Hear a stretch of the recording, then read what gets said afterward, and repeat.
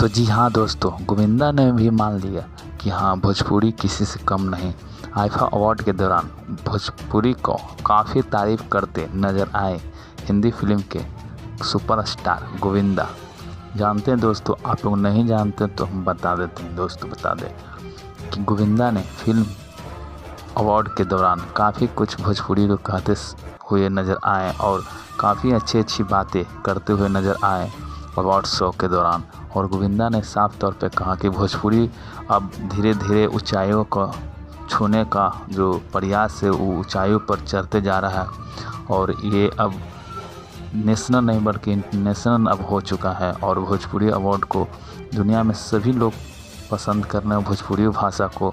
और भोजपुरी फिल्म हो या गाना हो, सभी अधिकतर देशों में बजने वाला ये भोजपुरी सॉन्ग अब धीरे धीरे ऊंचाई की ओर दौड़ रहा है। ऐसा हम नहीं दोस्तों, ऐसा गोविंदा कहते हुए नज़र आ रहे हैं। और काफ़ी स्टेज शो में उन्होंने भोजपुरी को अच्छी बातें और भोजपुरी को बारे में अच्छी बातें लोगों को बताते हुए नज़र आए। तो नए हैं तो चैनल को सब्सक्राइब करके वीडियो को लाइक कर दीजिए।